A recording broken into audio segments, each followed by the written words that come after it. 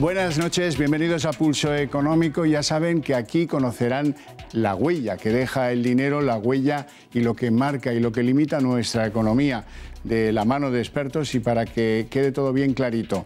Empezamos con la bolsa, como siempre, con el cierre del IBEX 35 y no se crean que por no jugar a bolsa lo que pasa en la bolsa no les afecta, que les afecta y mucho, ya te digo yo.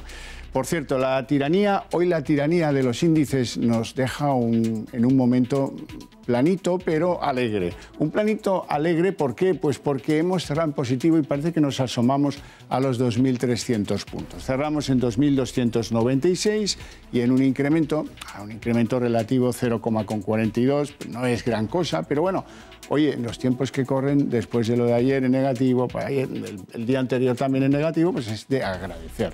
Vamos, como siempre, con las tres que más suben en la sesión de hoy de la Bolsa Española. El Banco Santander, uno de los blue chips de la Bolsa Española, cierra en 4,31 y aumenta un 1,6%. Es el que más se ha destacado en la sesión y uno de los valores que por capitalización pues tiene ahí metidos 68.000 millones. Red Eléctrica, compañía que ayer bajaba y hoy ha cambiado el curso, 18,72 en el cierre, 1,4% de aumento. Y Banco Sabadell, que también parece que entona una cierta recuperación, su aumento es del 1,3% y cierra en 1,01. Pero cuando hay acciones que suben, hay acciones que bajan. Las tres que más bajan, vamos a verlas a continuación. Como ha sido miércoles de ceniza, pues las tres más repercutidas, o como está siendo miércoles de ceniza, son Laboratorios Grifols, ya saben, productos que tienen que ver con temas de sangre y con temas de derivados de productos sanguíneos, 23,71 y un incremento del 2,1%. Viscofan está en la fase media de las compañías que hoy pierden. Sus 54,80 de cierre han bajado un 1,8% y ENCE, compañía que se dedica a la celulosa, es una de las más grandes de Europa, pues cierra en 6,25 y ha perdido hoy 1,1%. Si quieren que hagamos un repaso de los fundamentales de nuestra economía, el Producto Interior Bruto, se mide su aportación trimestral, en este caso la del último trimestre es el 0,7%, el IPC, los precios, la inflación, los últimos datos registrados son los de enero, un 1% de incremento de esa inflación. El desempleo que cambió esta semana, pues estamos en los datos de febrero, 14,55% de la población activa afectada por este asunto. Y el Euribor, para los que tienen hipotecas y están pendientes de esas cuestiones, en los últimos 12 meses el Euribor tiene un comportamiento negativo del 0,108. Bueno, estos son los fundamentales, esto es lo que les podemos contar como elementos de referencia de nuestra sesión del día de hoy, pero hay algunas noticias que les voy a resumir en forma de sumario. Las noticias en las que hoy nos vamos a fijar. Pues bueno, en primer lugar, de nuestro sumario, el castigo parece que decretado a los valores que dependen del turismo en la bolsa, en el IBEX 35. Meliá, IAG, ya saben que es el holding que tiene las acciones de Iberia, de Vueling, AENA también parece condenado, no se sabe si por causa del Brexit o es que hay dudas respecto a futuras derivadas que puedan afectar al turismo en España. De eso hablaremos con nuestros expertos. En segundo lugar, hay fondos de inversión que parecen que están huyendo de la renta variable. Parece que están huyendo de la bolsa. Febrero ha cerrado con la mayor salida de fondos de la última década. Se han ido unos 1.000 millones de euros y eso es mucho irse, para que no tenga un análisis por parte de nuestros expertos.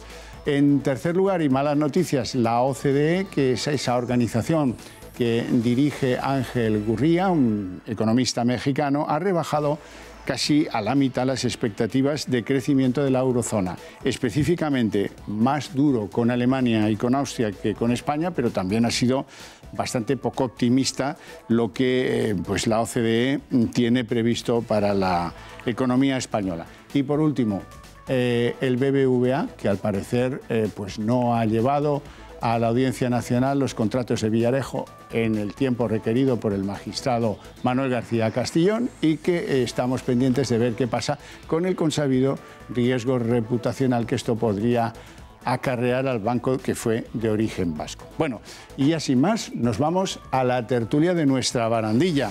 En la tertulia de nuestra barandilla tengo que saludar a don Antonio Sanz del Castillo. ¿Cómo está? Muy buenas noches. Investigador y profesor de mercados organizados. Buenas noches, bienvenido.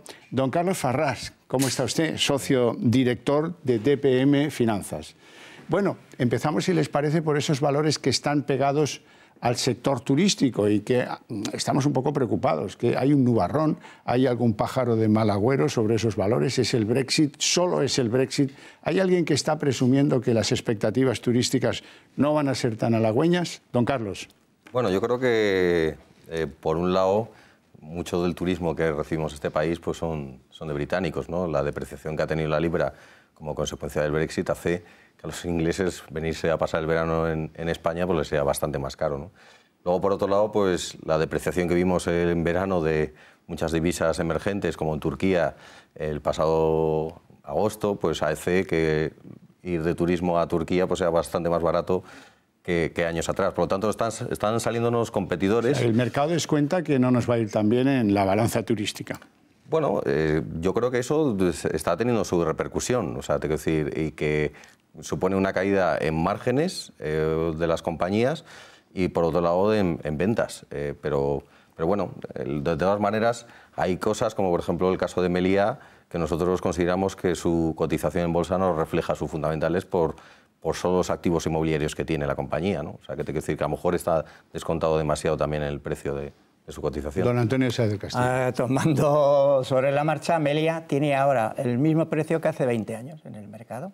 Es decir, una cosa es el turismo, la playa, el bikini, de un país, otro, y otra cosa es las empresas que están desarrollando el concepto del turismo, los que hacen los alojamientos, y eso es otra cosa distinta. El español, por ejemplo, que se mete en las acciones de Meliá, pues entonces debe estar contentísimo. Esto que nosotros le podemos contar del turismo, del bañador y todo eso, le tiene sin cuidado, porque las acciones es lo que le cuenta a él, porque si las ha cogido para su vejez, para tener una reserva, pues mal le va a ir. Es decir, hay que separar entre una cosa y la otra, entre el bolsillo y lo que supone esto o aquello. ¿Qué explicación le dan ustedes a que la compañía gestora de los aeropuertos, AENA, también esté en esos castigados por el efecto turismo? No, castigados no. AENA está muy requete bien y sigue en posición alcista en el rebote que se está produciendo a partir del 27 de diciembre y está en común con otras muchas series. Luego AENA está próxima a la zona de máximos que ha conseguido anteriormente y hay que mantener la posición larga. El que esté largo comprado en AENA tiene que seguir manteniendo la posición. ¿Qué significa, don Antonio, eso de estar largo? Pues es comprar y mantener. Don Carlos, AENA. AENA, bueno, yo creo que le está repercutiendo en cierta medida el tema de las elecciones, porque sabéis que normalmente la dirección o la gestión de ese tipo de compañías son bastante candidatos elegidos de manera política. Bueno, eso suele significar, ya lo digo yo, para que no lo tenga que decir usted, que apenas saben salir del aeropuerto. O sea, que ese es el conocimiento de la materia. Dice, exit, dice, será por ahí. Sí, pero si eso, de un partido como si eso le da buenos ingresos, eso es lo más importante. Todo lo que sea bueno para el convento, adentro.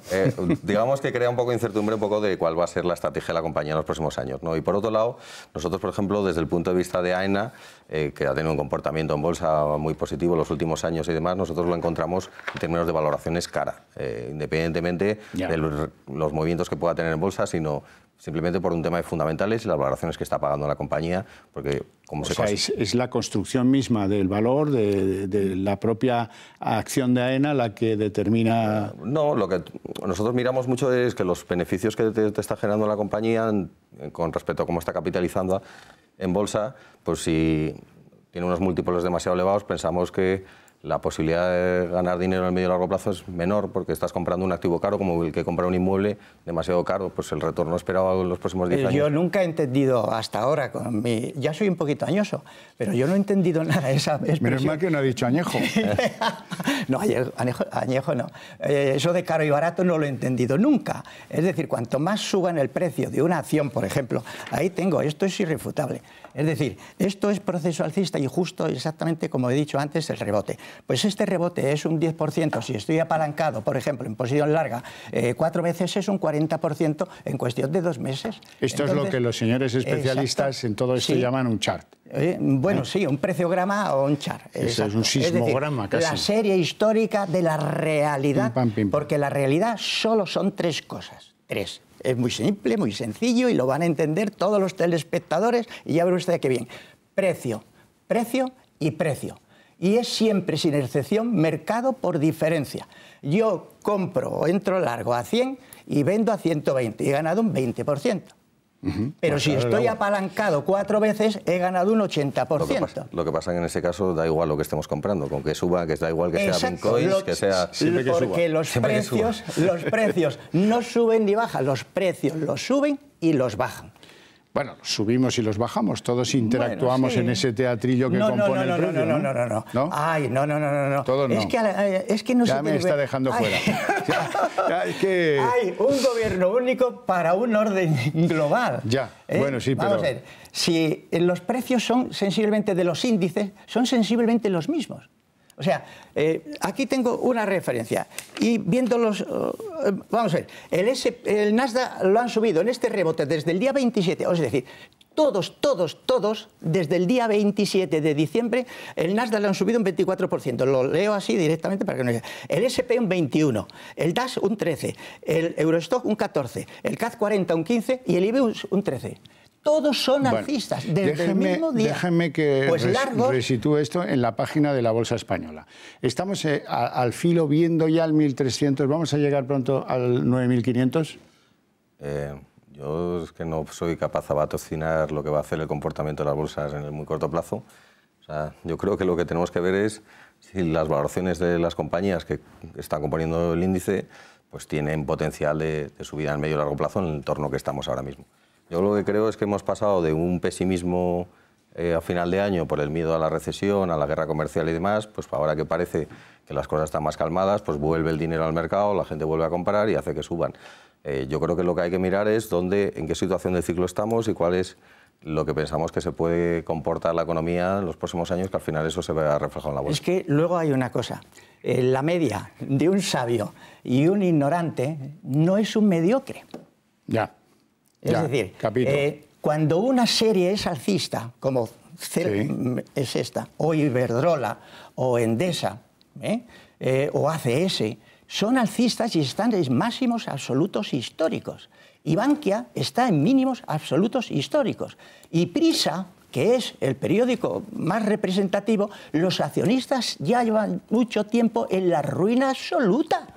Vale, cero no, porque el cero no existe, pero una décima o 5 décimas de euro. Lo que pasa es que entonces en diciembre, que llevamos 3 meses de caídas, estamos en una situación bajista que te invitaba a que a lo mejor había que salirse. En posición corta. Es decir, ojalá, si yo entro a 100, ojalá termine por nada, valer uno o nada. A ver, una cosa que no me queda clara. Los fondos de inversión huyen de la bolsa. Parece que están saliendo. Han salido ya más de 1.000 millones de fondos. ¿Cómo se explica eso? ¿Qué efectos tiene sobre el conjunto? Bueno, yo creo que... No empieces, Carlos. Digamos que puedes interpretarlo de 2 maneras, ¿no? Normalmente, como si estudiamos un poco el comportamiento del inversor, probablemente sean los mejores momentos para invertir cuando todo el mundo sale, pero que no voy a entrar en esa situación ahora mismo. Lo que sí que es verdad es que ahora analizamos el puro dato de febrero de las salidas y a mí, por ejemplo, me preocupaba que en el 2007, con la complacencia del mercado, no había volatilidad, todo subía, todo el mundo estaba alegre y nosotros veíamos que todas las compañías estaban con valoraciones caras por las métricas históricas, por lo que solemos utilizar los que seguimos un poco los fundamentales de las compañías. Me preocupaba porque la tendencia es que cuando todo sube la gente piensa que no hay riesgo y se quiere subir al carro y es el peor momento, igual que cuando hay correcciones, siempre nosotros decimos que cuando hay volatilidad y correcciones son oportunidades para comprar. Igual que en un inmueble, O sea, yo lo compararía, decir, oye, prefiero comprar un inmueble cuando baja un 50% que cuando ha subido un 300%. Entonces ahora hay que comprar una licencia de taxi, ¿no? ¿Por qué? Digo yo, porque Hombre, ha bajado tanto. Bueno, lo que hay que mirar es por qué ha bajado y cuáles son las expectativas. Claro, pero si has pagado 300.000 euros por una licencia de taxi y ahora vale 10.000. Bueno, pues prefiero... Y dentro de poco cero. Ya, pero, nada. Pero usted estará de acuerdo conmigo que tendrá más sentido que el que la compró 300.000 ha cometido un error más grave que el que la compró 50.000. Eso está claro. O sea, los dos cometerán errores, uno más y otro menos. Pero a mí me ha costado mucho menos. O sea, sí, bueno, pero, pero vamos a ver, siempre que sea una pérdida, vamos a ver, el ser humano, hay otros animales porque somos animales también, el ser humano, hay que ver lo que lucha por conseguir riquezas y lo poquito o nada que emplea para conservarlas. Bueno, yo creo que... Y ahora, por ejemplo, de las palabras que ha dicho, había que aclarar dos. Una de ellas es, por ejemplo, la volatilidad. Sí. Se emplea la volatilidad. Solo hay volatilidad cuando los precios bajan. Pero nunca, nunca, nunca, jamás cuando los habla de ella precios cuando los suben. Es verdad. Entonces es verdad. ahora pregunto yo a la audiencia, que a ver si le envían a usted, don Xavier, un correo o lo que sea. Es que digan ese concepto de la volatilidad, que sabe alguien definirla. Es que cuando yo doy clase me dicen, es que la volatilidad, digo, defínamela. Se emplean palabras que no tienen sentido, no tienen atributos, son nada, son vacíos, es una nuez sin fruto. Bueno, lo que no es vacío, ni elemento que no deba preocuparnos son los vaticinios que hace la OCDE, la organización que antes les comentaba del economista mexicano Ángel Gorría, que dice que toda la eurozona va a haber un reflejo de recorte de sus expectativas de crecimiento muy importantes. En muchos países de la mitad. En el caso español habla de un 0,8 menos de la del 2018, cosa que a nosotros nos dejaría bastante, en fin, titubeantes.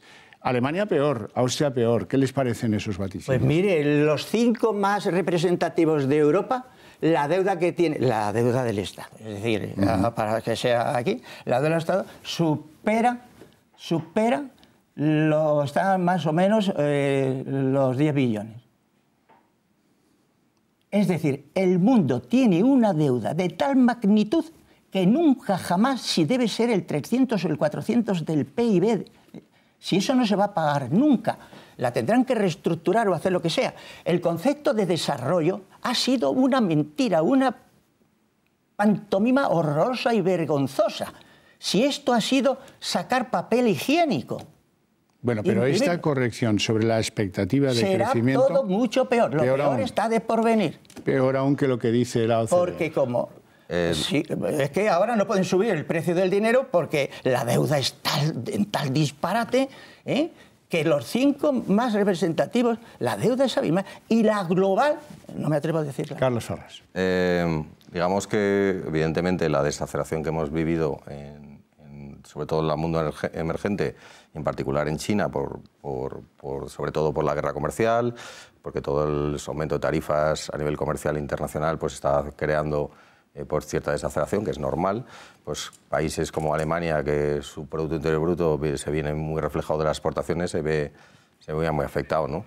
De ahí a pensar que vamos a entrar en un escenario catastrofista, pues yo tampoco lo diría, o sea, vamos a crecer menos. Lo que veremos es si se resuelve el tema de la guerra comercial, si China con las medidas de estímulo que está implementando van a funcionar y demás. Lo que sí que comparto con mi compañero es que realmente el nivel de deuda del mundo se ha disparado en los últimos 10 años a unos niveles que debería preocuparnos. Por eso. Miremos el caso español. Antiguamente había un modelo, las universidades estudiaba, la crisis de deuda. La crisis de deuda nos asustaba mucho, ¿no? Cuando entras en esa espiral en la que no puedes hacer otra cosa que endeudarte y eso no lo vas a pagar nunca, ¿vale? Y entonces te estrangulan y te dejan tumbado en la cuneta. Sí. Y con Zapatero nos iban a intervenir, ¿no? Sí, sí. Ha metido Rajoy otros 400 y pico mil millones y vamos mejor. Y Sánchez, que va por el mismo camino. Por el mismo camino. Ahora estamos, para que ustedes lo entiendan bien, lo que España es capaz de producir en bienes y servicios y lo que España debe, están prácticamente 20.000 millones arriba, 20.000 millones abajo, en la misma cifra. Y ahora, don Xavier, ahora no habrá puestos de trabajo y los puestos serán peor retribuidos. Desde el año 75... el diferencial entre importaciones y exportaciones en España es permanentemente deficitario. permanente desde el año 75, viendo la serie. Solo dicen que exportamos más, pero como seguimos importando muchísimo más, la diferencia en contable ya de dólares en torno a 1,4 billones. Es decir, nos dicen que se exporta más, pero no nos dicen la otra parte, que es que seguimos importando muchísimo más. A cualquier lugar que vayamos a comprar es todo de Canadá, de no sé qué, de no sé cuánto. Todo menos de España. Si me deja, digamos que creo que España ha tenido una ocasión, pero no solo España, porque yo creo que no se puede particularizar solo en nuestra economía.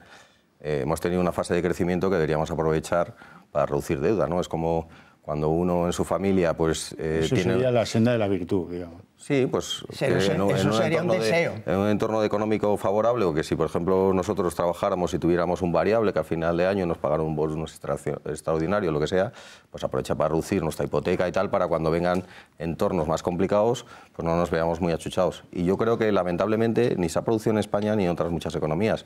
La única que probablemente que está en una situación mejor es Alemania en ese sentido, ¿no?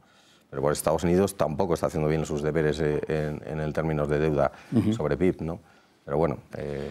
Bueno, afortunadamente yo tengo que darle unos datos positivos, que como me gusta dar datos positivos. La prima de riesgo. Ayer hablaba yo de que es como la espuma de la cerveza. A veces está un poquito por encima de 100, a veces baja un poquito. Parece que se consolida la idea de que va a estar por debajo de 100 en unos días. Ya veremos si esto dura o no dura. Pero claro, esto todo depende de con quién te compares.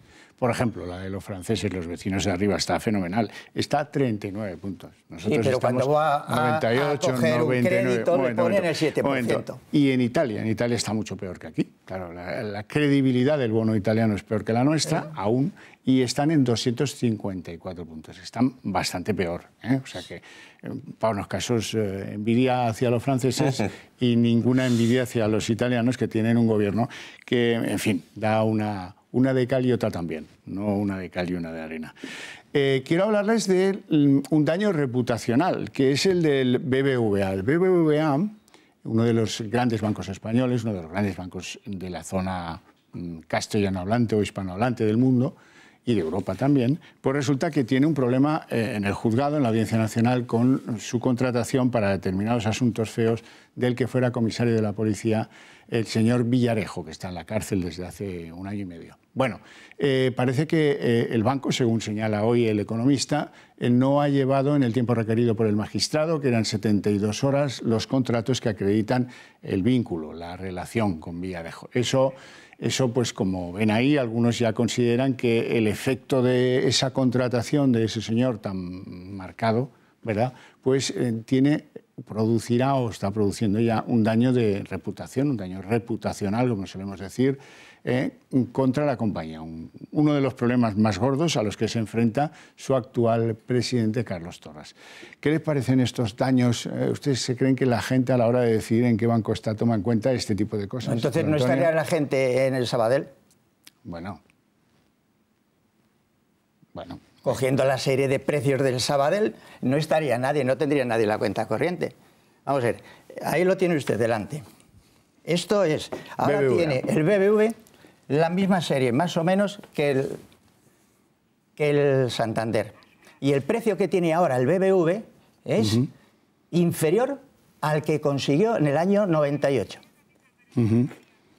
Ya. 20 años después, vamos a ver, ¿eso de medio y largo plazo qué es? Es que hasta ahora no me lo ha explicado a nadie. Este es el precio de hoy. De hoy, claro. De hoy. Y ese es el precio, es decir, de 8 del año, esto es 2098, ¿no? Y ahora esto es 5,50 aproximadamente. Entonces, aquí yo no veo esa situación reputacional de horrorosa y de nada. Bueno. Yo creo que... general, estoy hablando, yo creo que el gobierno corporativo cada vez está cogiendo más relevancia en todas las compañías, sobre todo las cotizadas, y que se mira mucho el que no se vean perjudicados por ello. Y yo creo que es una labor que yo, no sin entrar en este caso en el tema del BBVA, pero hablo más en términos generales, creo que es importante que las compañías, aparte de tener una función dentro de la economía, del crecimiento del país y de los empleados que trabajan en ella, pues que hagan que tengan su ejemplo en los demás, ¿no? De cómo se debe actuar, la transparencia. Se lo dijo la Comisión Nacional de Mercado de Valores a ese banco, al BBVA: oiga, resuelvan esto, aclaren la investigación interna, solvéntenlo, séllenlo, empaquétenlo y que digan los tribunales luego lo que tengan que decir y acabemos. Bueno, no tenemos tiempo para más. Déjenme contarles un par de cosillas. Hay un correo al que pueden ustedes dirigirse si tienen dudas sobre alguna cosa que no hayan entendido de lo que aquí se formula. Es pulsoeconómico, ahí lo tienen, eltorotv.com. Voy a leer una de las dudas expresadas ayer. ¿Hace falta un capital muy elevado para invertir en bolsa? Pues no, señor. Lo pregunta Israel Domínguez desde Madrid. No, el mínimo, 1.000 euros. El primer capital que hay que llevar a bolsa es el conocimiento. Bueno, ese es el mejor. El conocimiento, cuanto más, mucho mejor. Sí, señor. La commodity más valiosa, y es la frase con la que me marcho hasta mañana a las 8, es: la commodity más valiosa es la información. No, la formación. Bueno, ya sabía. Porque la información, ¿me va a llevar usted la contraria hasta cuando digo que nos vamos? Es que la información es perversa. Que nos vamos. Mañana a las 8 nos vemos de nuevo.